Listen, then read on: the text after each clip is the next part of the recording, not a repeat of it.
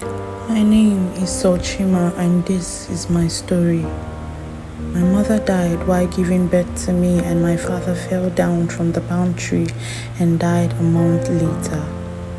I was known by the entire community of Nchanwu as the cursed one. After my father's death, my grandmother took me in. She loved me very much and was worried about me because of what the villagers say. Despite the resentment from the people of Nchanwu, some still acknowledge the fact that I was a sight to behold.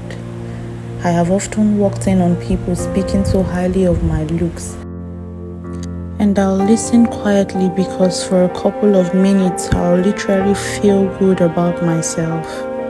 I was said to be as fair as the morning sun, and my skin color was envied by a lot of girls my age.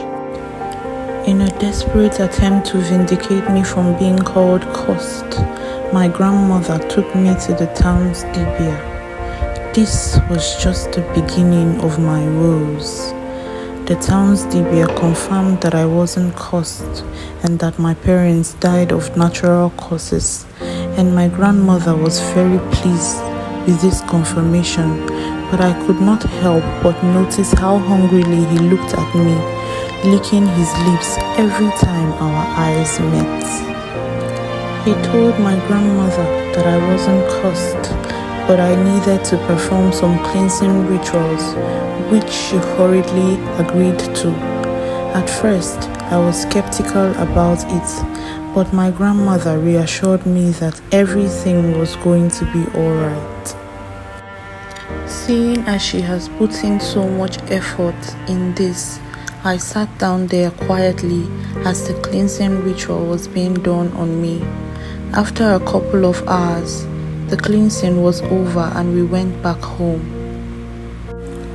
At midnight, while I was fast asleep, I felt my breasts being caressed and my entire body felt like there was someone on top of me, a man to be precise.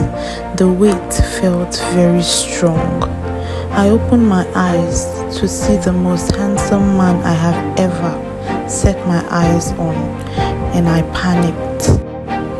I wondered how it was possible for him to be here without my grandmother, who wasn't a deep sleeper, noticing.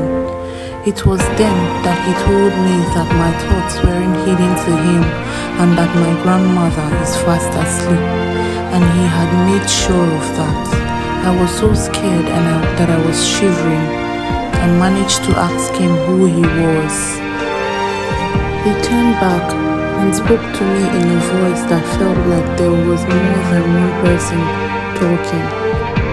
I am the Kinga, the god of everything that is beautiful and fair, and you belong to me, he said, and at that moment I fainted.